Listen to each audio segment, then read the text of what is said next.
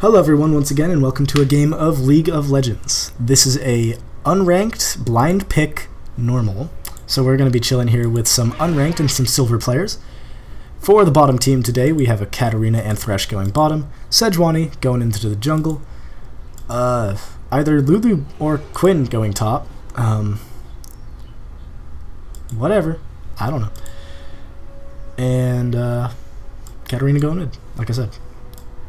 Meanwhile, on the red team, we have a Quinn going bottom, I am assuming, with her Alistar friend here. Lee Sin going into the jungle, Olaf going up top lane, and Twisted Fate going in mid with his Explorer's Ward and Total Biscuit. Well, alright, if you say so. Not sure if I agree with running support runes on a mid champion, but that's okay. You don't need to make sense to me.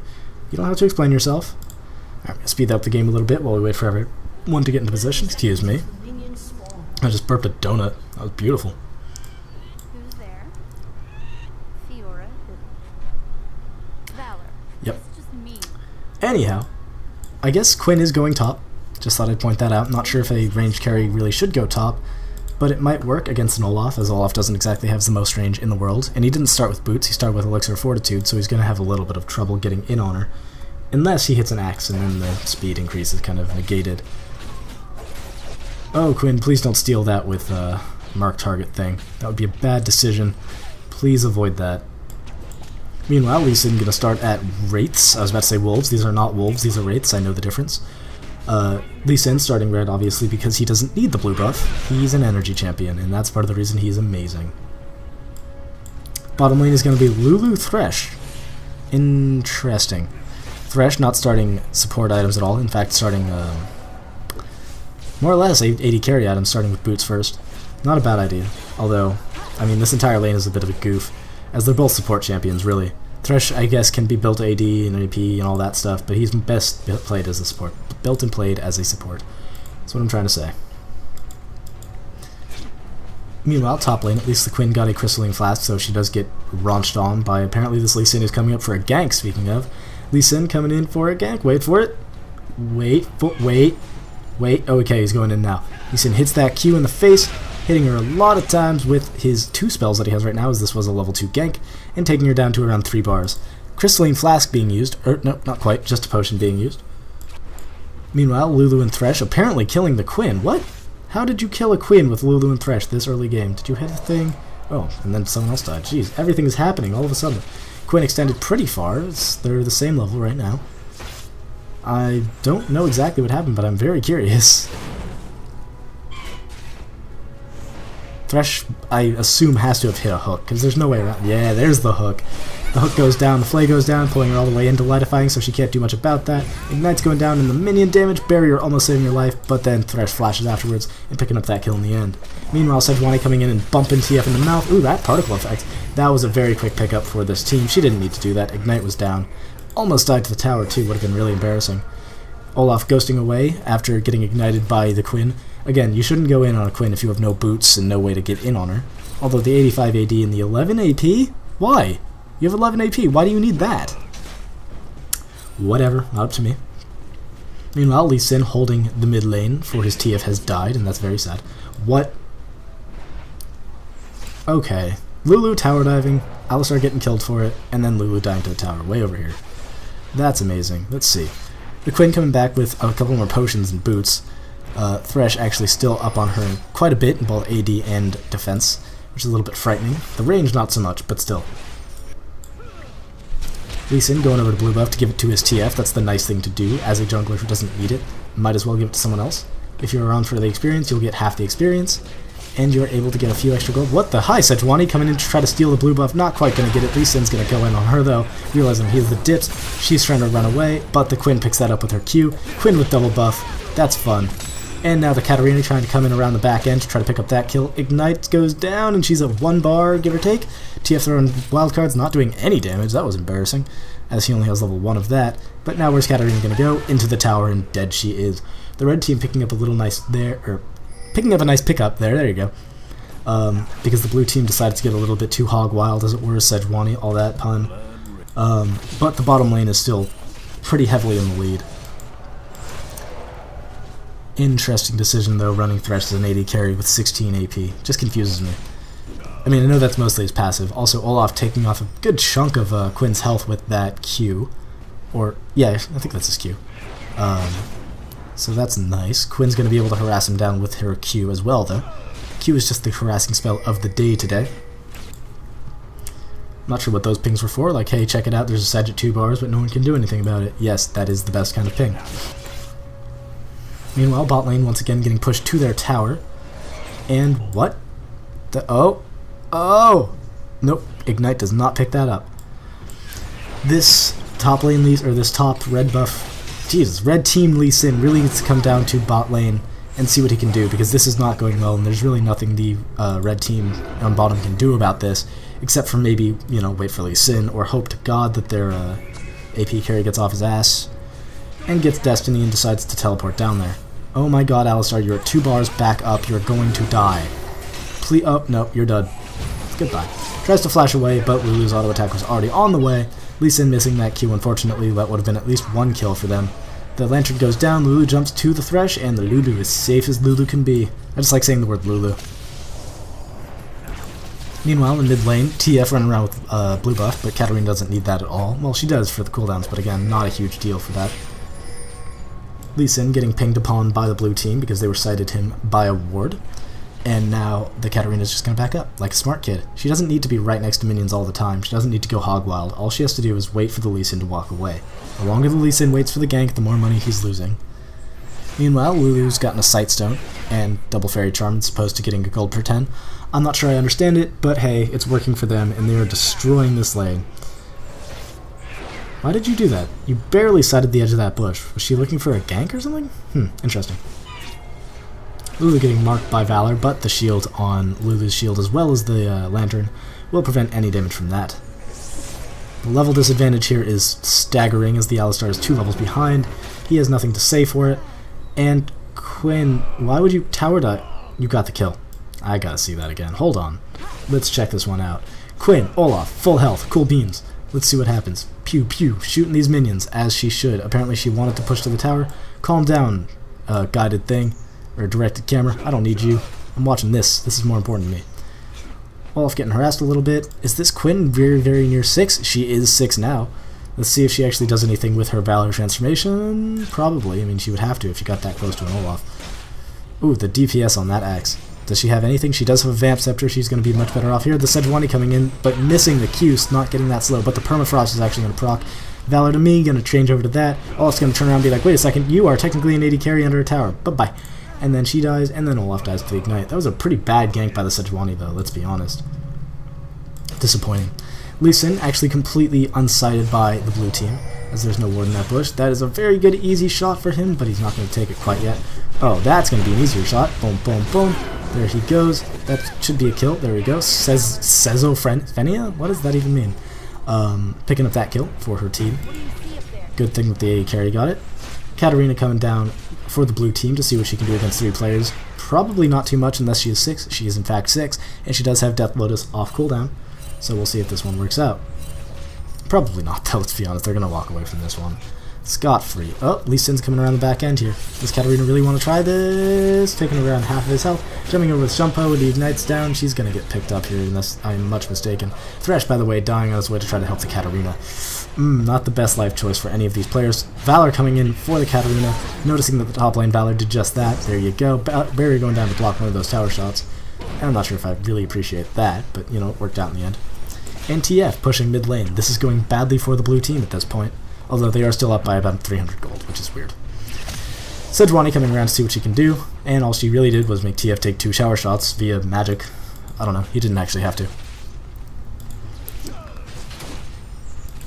Olaf having picking up of the thing, I speak English, picked up just a longsword and a cloth armor, and boots, still not having a huge amount of items here. That's not particularly good for him. 25 minions on him to the 42 of the enemy Quinn. Wow, that's unfortunate. He's not having a good time in this lane. Sejuani needs to pay a little bit more attention to her lane there. Sedge could go top, Lee Sin could go bottom, everyone will be super happy. Although Sejuani apparently much more interested in hanging around in the enemy team's jungle. I disagree with this immensely. She's not doing anything. There's nothing in that jungle. You need to time this out or ward it. Otherwise, you aren't doing anything for your team over there. Twisted Fate, having picked up a Sheen first, not a bad idea, as he will get extra procs on his pick a card, which will make it do extra damage.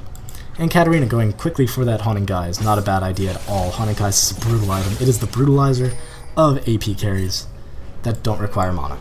So, you know, it's kind of a niche item.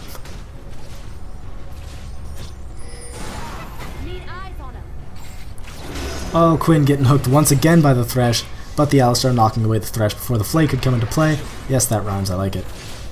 And the Lantern sighting, but not doing much other than that. That's like throwing a Lux Shield at someone, there's no point, but everyone does it. And Olaf doing a little bit more damage to the Quinn. The Quinn's taking a lot of minion damage, which is the only reason that she traded down on that. And a red ping going down saying, I'll be there soon, hold on guys. Except they're doing fine now, they're chilling out. This Quinn has 37 minions to the Thresh's 50, just kidding, they're doing terribly, they need to really get on this. I don't know why I thought otherwise. And Katarina coming down to the red buff, the enemy red buff in fact, going to see if they can steal this before the TF realizes, as Lee Sin ganks bottom. I believe this Lee Sin has been shown, although I'm not totally sure. I have to assume he has, because the blue team... Oh no! Lulu's going in hog wild, has not seen that yet, but the Thresh hook and the Thresh Lantern making it incredibly easy for the Lulu to just walk away from explosions. Katarina getting sighted by Destiny, but not going to do much more other than that. Does Katarina have blue? No. Does Katarina going for that? But that's not going to end particularly well, as she just died really, really quickly.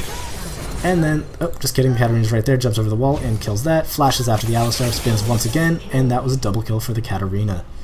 Beautiful stuff, honestly. Sejuani walking back with the Lee Sin's blue buff, so that's a thing, but Lee Sin's going to get it back right now. Oh, that's unfortunate. That's a dead Sejuani. Why would you, if you go into their jungle every day, not expect the Lee Sin to counter your counter jungle? I don't know.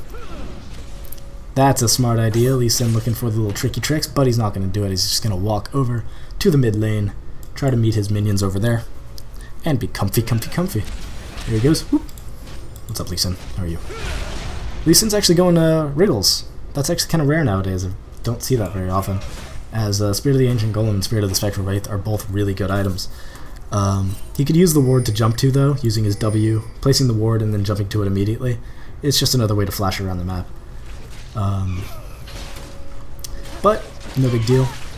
I like running Riddles on Lee Sin, I like running it on Trundle. Both Ignites going down, and Quinn having to flash away, because who's going to fight an Olaf that close up when he has that little HP? No one. That's a terrible idea. You will die to the auto attack speed before anything else happens. Quinn going to try to heal up as much as she can here. Doesn't actually have all that many items, but I think she's stacking on gold. Oh my god, 1.5 bars Quinn. But the Sejuani coming in, the Ragnarok going down by the Olaf. Why'd you try to permafrost him? That's not how that works, as the Ragnarok is down. This tower's almost dead though, they're probably just going to pick that up. Oh, but the Lee Sin's coming around to see if he can pick up this easy kill. He already stepped out of the bush, so the Quinn has seen him. This is a dangerous idea, but it might work out in the end. What is she going to do? There's the Quinn death right there. And the Sejuani ult going down. Will she get this kill? No, the Lee Sin ult going down to try to chase him out. And the Sejuani having to run away from the Lee Sin. Lee Sin's actually going to chase this one down, though, as he can do just that. The slow going down once again. 2 slow fights. This is going to be boring. Who's going to win this? Maybe Sejuani, maybe Lee Sin. Lee Sin misses a Q. The Sejuani reads that as a time to go in. But the Olaf going around and stealing that kill from the Lee Sin. Great decision making. And Lulu once again tower diving the Alistar, while her Thresh just died. Sad face for both those characters who have died in the hands of their beloved. I don't know what I'm talking about. What I do know what I'm talking about is this TF having built a Blasting Wand and level 1 boots. Not a bad idea. I'm not sure what he's going to build that Blasting Wand into. Lee Sin going to heal up quite quickly, as Lee Sin's shield still does give him lifesteal no matter how much they nerf it. And a whole bunch of Mia pings going down because the Katarina went somewhere else. Where, I don't know. Didn't really matter. She's going for Death Cap first. I thought she was going for a Haunting Guise first because of this Ruby Crystal. I was apparently incorrect. Quinn having picked up a BF Sword and a Vamp Scepter. Not a bad idea to go for Bloodthirster first in a lane that you're losing. It actually does give you the most AD out of any item in the game, as long as it's fully stacked. Although Infinity Edge does technically give you more damage. Like, you can still get crits more often, and mathematically it'll make you do more DPS. Yeah, Bloodthirster is just a safer option because of both the lifesteal and the DPS it gives you. Meanwhile, Thresh, having picked up the Bilgewater Cutlass, going immediately for the Blade of the Ruined King. I don't disagree with this, but I do disagree with going for it immediately.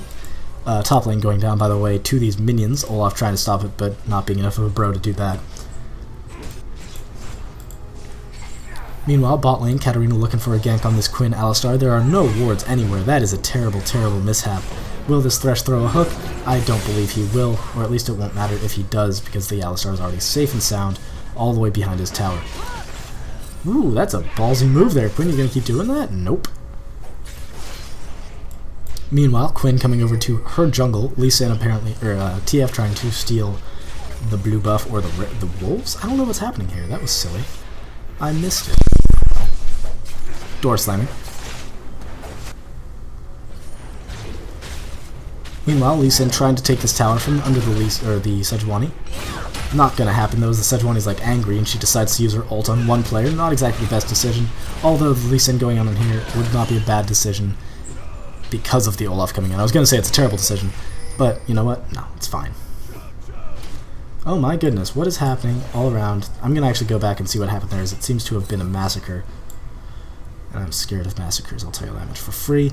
This tower's still up. My god, I scrolled back so far. What day is it? Oh Jesus. Katarina looking for that gank, yada yada yada. Let's go back here. Alright, here we go. So that's what happened then. Alistar recalling beyond the tower. Quinn apparently trying to defend him with her face. But there are 3 players on this tower. In this situation, I would honestly suggest leaving very, very quickly. There you go. Quinn walking quite far back, thinking that she's going to just harass with her Q from this distance. The tower's going to go down, however. There it goes. Why is Quinn not left completely yet? I don't know, as the Katarina still has a level 1 boot suit. And apparently, Katarina going in hog wild against the Quinn, not a bad idea, because the Alistar is not there, but she is now there. Alistar going in on that. The box going down and chunking brutally that Katarina. Wow, that was, or I'm sorry, the Alistar and the Quinn, sorry. As that box will be doing quite a bit of damage because he's at free farm for a good portion of this. And guess what? The Sejuani dying to the Olaf's axe and the Lee Sin's fireball thingy, Hadoken, whatever. So the blue team is solidly in control of this game, regardless of the kill-death ratio, as all of the red towers are dead. Will she turn into Quinn to run away from this? Nope, just a vault to get that Olaf slowed, and the Ignite goes down. The Lee Sin's still going to fall to that. So that was a 1-for-1 trade. Not a bad idea. Yeah, but the blue team does have quite a few towers on the red team. TF just now getting the middle tower, which is the only one that the blue team does not have. And the bottom lane for the blue team just walking over these two, which is unfortunate, as the Quinn now has a Bloodthirster. We'll see if this Bloodthirster pays for itself in the end. I hope it does, as I love Bloodthirster and I need more reasons to buy it. Thresh is now top lane, trying to defend this tower as much as he can, and he can do just that with the Blade of the Ruined King. It may not give you the most massive AD boost in the game, but it does do percent damage based on target's maximum HP, I think? Total HP? Current health, yeah. So, there's that, and it gives you a huge amount of lifesteal, so that's always fun in the lane. I wouldn't suggest building it first, though. Just the Cutlass is probably the better idea.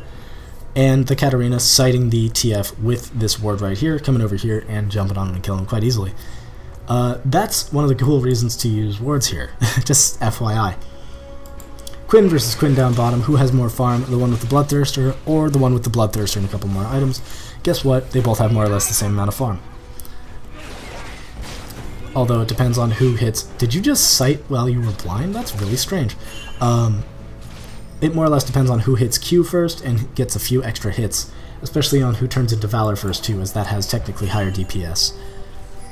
Sejuani once again running around the enemy team's jungle with her Thresh. This Sejuani is not doing what she should be, but it is apparently working out alright for her team, as the blue team is going to pick up this tower, I believe, without too much contest, because the Olaf needs to heal up off of minions, and Quinn and Alistar are a bit late. Tower doesn't go down though. Oh, Lee Sin getting hit by a hook, using his jump to jump back to Alistar instead of getting pulled all the way in. And the TF ultimate going in a little bit too early, just standing there like a doofus, almost dying to that one, but not quite. His Lich Bane not doing as much damage as he hoped, I feel. Well, I just lost control of the camera a little bit. Katarina jumping in, trying to do as much damage as she can with her crazy stuff, and then Quinn doing all the rest of the damage that the Katarina couldn't do. Thank God for you, Quinn. You are crazy. You are amazing. You went into Valor to kill a lot of people. That is how you are supposed to do it. Don't try to tower dive with an AD carry. No. Just because you were top lane doesn't mean you're a bruiser. How very strange. Meanwhile, the blue team kind of low on health, but it's not a huge deal, as most of the targets that will take away that health are dead. Oh, Lee Sin, you're a man, but you use that W to jump immediately back. Good choice, all things considered. Lee Sin having to run away very, very quickly, staying at 2.5 bars. Lee Sin typing in, holy crap, that guy had a seizure. That's unfortunate. Remember to stay hydrated, folks, or you will go into heat stroke like this Lee Sin. Meanwhile, another mid tower is going down here as the Olaf tries to chase him away, and apparently does just that instead of them turning around to fight the Olaf for whatever reason. Maybe it's because they know that the reinforcement lane is much, much quicker for the red team. Maybe it's because Olaf has 2 burrs on top of his head, and that's just crazy. Did you just... That was impressive as hell. He just stopped right outside of the flay range. That was amazing. That was amazing. I don't even care that he died. Oh, by the way, Alistar's dead too. Oh, don't jump into a Katarina. You can't stop that. And then Lee Sin almost dying too. Katarina spinning around one more time. That was cool, though. Sorry. Okay, back to the game. We're down to a little bit of an ARAM here, as we have 5 players for the blue team against 3 players of the red team, although they can recall, so there's that.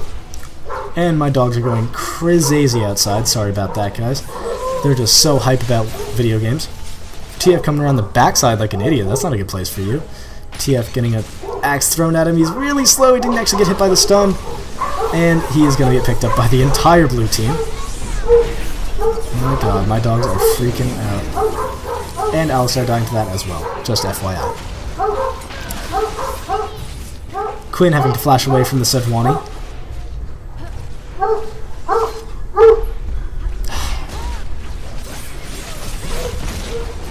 And everyone else falling to the Sejuani and the Katarina, who are just doing a massive amount of AoE damage. Cool stuff all around. Katarina's down to 2 bars, and the Sejuani did not die, I believe? Oh, nope, she totally died. The only one left alive right now is the... Wow. What is going on here? Oh, God. Just realized that there's 2 Quins. I'm like, she's dead already. I don't understand. No, I'm stupid. I lost focus for a second. Here's the Sejuani getting wraiths. There you go. And this red team agrees to a surrender at the end of this, with 4 votes and for 1 against. GG for both teams. Honestly, if the jungler paid a little bit more attention to the bot lane instead of running around and trying to fight the enemy team's jungler and trying to go into his jungle, it might have worked out a little bit better. If the TF built a little bit better and had a little bit more AP when he got the Lich Bane, he could have been doing more damage and been doing a lot more with that. If the Alistar committed a little bit more heavily and built in Aegis a little bit earlier, it might have worked out a bit better. Other than that, I believe that the blue team more or less just outplayed and outfarmed the red team. Good for them, honestly. As always, guys, if you like this video, rate, comment, subscribe. I don't think you can rate anymore, but you know what I'm saying, alright? Don't correct me. Rude. Super. Alright. See you guys later. Bye.